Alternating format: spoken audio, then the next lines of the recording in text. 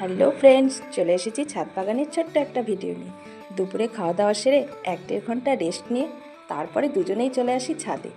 আর ছাদে উঠেই শুরু হয়ে যায় কাজ, প্রত্যেকটা গাছে জল দেওয়া। আর তোমরা তো দেখেছো আমার ছোট্ট ছাদ বাগান, ছোট বড় মিলে গাছ কিন্তু কম নেই, অনেক রকমেরই গাছ আছে। গাছে জল দেওয়ার পাইপও আছে, কিন্তু যেদিন করে খোল ভেজানো জল দেই সেদিন করে আর পাইপ দিয়ে দেই না, বালতিতে করেই দেই। একা একা জল দিলে অনেকটা সময় লেগে যায়, তাই দুজনে মিলে ভাগ করে নিয়েছি। তুমি এই দিকটা দেবে, আমি ওই দিকটা দেবো, তাহলে সময় অনেকটা কম লাগবে।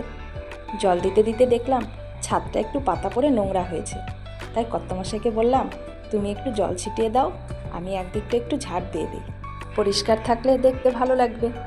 আসলে ছাদের ওপরে কিছু গাছ আছে, সেগুলোই পাতা পড়ে, মাঝে মধ্যেই ঝাড় দিতে হয়। আর ঝড় বৃষ্টি হলে তো আরও অবস্থা খারাপ হয়ে যায়।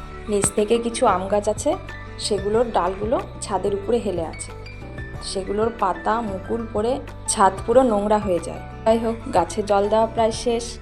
কর্তামশাই যে জল ছিটাচ্ছে, এখানে আমি নারকেলের ছোবাগুলো শুকোতে দিয়েছিলাম, ধূপ ধরানোর কাজে লাগবে।